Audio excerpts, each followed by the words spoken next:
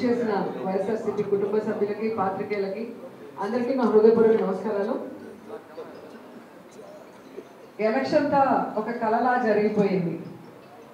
ఎన్నికల రిజల్ట్స్ తర్వాత ఈరోజు రాష్ట్రం అంతా కూడా అసలు చంద్రబాబు నాయుడు ఎలా ముఖ్యమంత్రి అయ్యాడు, పవన్ కళ్యాణ్ ఎలా డిప్యూటీ అయ్యాడు, లోకేష్ ఎలా మంత్రి అయ్యాడని ఇప్పటికి కూడా చాలా మందికి అర్థం కావట్లేదు.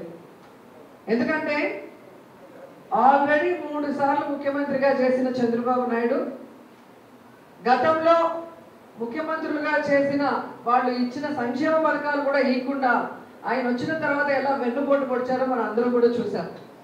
కానీ ఈసారి ఈవీఎం మాయాజాలం కూడా తోడవటంతో ఏ విధంగా మెజారిటీలు కళలో కూడా వాళ్ళకి రావు.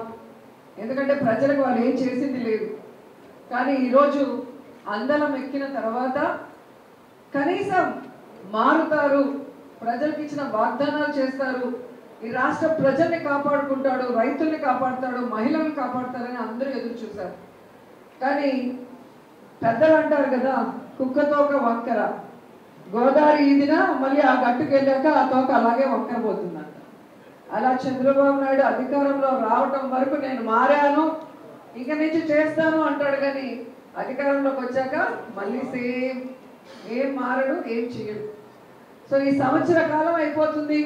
ఇప్పటి వరకు ఒక విద్యార్థికి కానీ, ఒక రైతుకు కానీ, ఒక మహిళకు కానీ ఎవరికైనా మంచి చేశారంటే ఈరోజు ప్రజలందరూ కూడా ఎంత కోపంగా ఉన్నారు, ఈ ప్రభుత్వం మీద ఎంత ఆవేశంగా ఉన్నారు అనేది మొన్న వెన్నుపోటు దినం మనం చేసినప్పుడు రాష్ట్ర వ్యాప్తంగా ప్రజలు, రైతులు, విద్యార్థులు రోడ్డు మీదకి రావడం మనం చూసాం. అలాగే మీరు చూస్తే రాప్తాడుకి వెళ్ళినా, పొదిలి వెళ్ళినా, సత్తెనపల్లి వెళ్ళినా, తెనాలి వెళ్ళినా ఎందుకు ప్రజలు అలా వస్తున్నారు? జగన్మోహన్ రెడ్డి గారు ఇచ్చిన మాట ప్రకారం ఎన్ని కష్టాలు ఎదురైనా, కరోనా వచ్చినా ఆయన కుంటి సాకు చెప్పకుండా మనకు చెప్పిన ప్రతి ఒక్కటి వాగ్దానం నెరవేర్చారు. కాబట్టి ఈరోజు మళ్ళీ ఈ రాష్ట్రానికి ఒకే ఒక ఆశాదీపం జగన్మోహన్ రెడ్డి గారు. ఆయన ముఖ్యమంత్రి అవుతానే మళ్ళీ ఈ రాష్ట్రం బాగుంటుంది, రాష్ట్రంలో రైతులు కానీ, మహిళలు కానీ, విద్యార్థులు కానీ మనమందరం కూడా బాగుంటామన్న నమ్మకం ప్రతి ఒక్కరిలో వచ్చింది. కాబట్టే ఈరోజు జగనన్న ఎక్కడికి వచ్చినా కూడా అందరూ పరుగులు తీస్తున్నారు, పోలీసులు సైతం లెక్క చేయకుండా. మన జిల్లాలో ముఖ్యంగా 9వ తేదీ బంగారుపాలెంలో మామిడి రైతులకి అండగా జగన్మోహన్ రెడ్డి గారు వస్తున్నారు అనగానే యంత్రాంగంలో అప్పుడే కదలికలు మొదలయ్యాయి. మీరు టీవీలో చూసింటారు, మార్నింగ్ చంద్రబాబు నాయుడు కుప్పంలో దిగాడు. ఏదో ఇప్పుడే తెలిసినట్టు ఆయనకి, అయ్యో మామిడికి అన్యాయం జరిగిపోయిందా, అయ్యో రేట్ ఎవరు ఇవ్వట్లేదా అని కబుర్లు చెప్తున్నాడు. ఈరోజు రివ్యూ పెడతాను అని ఆఫీసర్ని పిలుస్తున్నాడు. నేను అడుగుతున్నా, ఇదే జిల్లాలో పుట్టి పెరిగావు, నీ వయసు ఎంత? 4 సార్లు ముఖ్యమంత్రి అయిన నీకు, ఇంత సీనియారిటీ ఉన్న నీకు, ఈ జిల్లాలో, నువ్వు పుట్టిన జిల్లాలో రైతులకు అన్యాయం జరుగుతుంటే నీకు తెలియలేదా? కేవలం జగన్మోహన్ రెడ్డి గారు వస్తుంటేనే మీకు తెలుస్తుందా అని అడుగుతున్నా. సొంత జిల్లాలో రైతుల్ని కూడా కాపాడుకోలేని ఒక దౌర్భాగ్య పరిస్థితిలో ఆంధ్రప్రదేశ్ రాష్ట్ర సీఎం ఉండటం మన దురదృష్టకరమని కూడా ఈ సందర్భంగా తెలియజేసుకుంటున్నాను. ఎందుకంటే రైతు బాగుంటే రాష్ట్రం బాగుంటుంది, దేశం బాగుంటుందని నమ్మిన రైతు బాంధవులు వైఎస్ఆర్ గారు, జగన్మోహన్ రెడ్డి గారు. రైతుకు అడిగింది అన్నీ కూడా ఇవ్వటం జరిగింది. రైతు ఇంటి ముందుకే రైతు భరోసా కేంద్రాన్ని తీసుకొచ్చి వాళ్ళకి అన్ని విధాలుగా అండగా ఉన్నారు.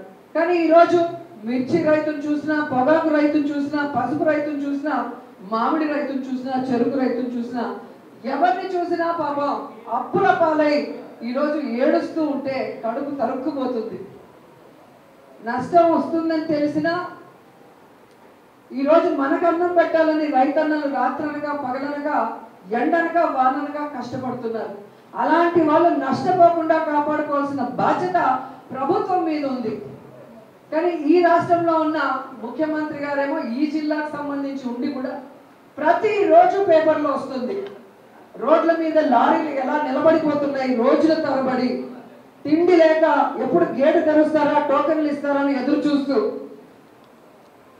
ఈ జిల్లాలో అయితే మరీ ఘోరం, టీడీపీ వాళ్ళు సిండికేట్ అయిపోయి రైతుల్ని నరకం చూపిస్తూ ఈరోజు ఆ నరకాన్ని రైతులు తట్టుకోలేక చాలా మంది ఆ వెహికల్స్ లో ఉన్న మామిడికాయలు రోడ్ల మీద పోసేస్తుంటే ఎంత బాధేస్తుంది చెప్పండి. ఒక మామిడికాయ చేతికి రావాలంటే ఎంత కష్టం, ఎన్ని రోజుల శ్రమ, అది ఏమీ లేదు, అన్నిటికీ రాజకీయమే.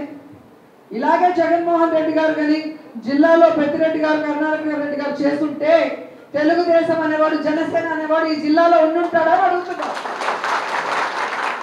ఆ రోజు జగన్మోహన్ రెడ్డి గారి ఆదేశాల మేరకు మన పెద్దలందరూ కూడా కులం మతం పార్టీ చూడకుండా పేదవాడు అంటే అన్ని చేస్తూ వచ్చారు.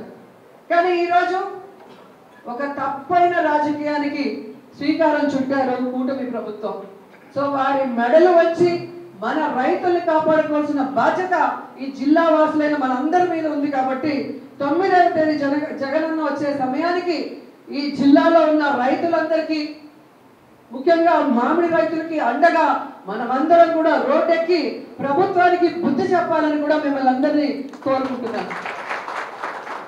మన రాష్ట్రంలో అగ్రికల్చర్ మినిస్టర్ ఎవరో మీకు తెలుసా? అడ్డదిడ్డంగా వెలుగుంటాడు అచ్చెన్నాయుడు. అక్కడెక్కడో శ్రీకాకుళంలో కూర్చొని జగన్మోహన్ రెడ్డిని పాతేస్తా అని డైలాగులు చెప్తుంటాడు. ఆయన నేను చెప్తున్నా, నీకు దమ్ముంటే మామిడి రైతులు అల్లాడిపోతున్నారు, ఇక్కడికి రా తెలుస్తుంది. నువ్వు పాతేస్తావా, నిన్ను రైతులు పాతేస్తారనేది ఇక్కడికి వస్తే నీకు అర్థమవుతుందని కూడా ఈ సందర్భంగా తెలియజేసుకుంటున్నా. కలెక్టర్ గారు 4 రూపాయలు ఇమ్మంటే కూడా ఇవ్వకుండా సిండికేట్ అయి రైతుల్ని మోసం చేసి మీరు ఏం సాధిస్తారో నేను చూస్తా. ఎందుకంటే ఈరోజు మన పెద్దలు పెద్దిరెడ్డి గారు కానీ అలాగే కరుణాకర్ రెడ్డి గారు వీరిద్దరి నాయకత్వంలో 9వ తేదీ రైతులకి అన్యాయం చేస్తే ఈ ప్రభుత్వాన్ని ఎలా బంగాళాఖాతంలో కలిపేస్తామో కూటమి ప్రభుత్వానికి తెలియజేసే విధంగా మనమందరం కూడా ఒక సైనికుల్లాగా నడవాలని కోరుకుంటూ నాకు ఈ అవకాశం ఇచ్చినందుకు పెద్దలకు కృతజ్ఞతలు తెలియజేసుకుంటూ సెలవు.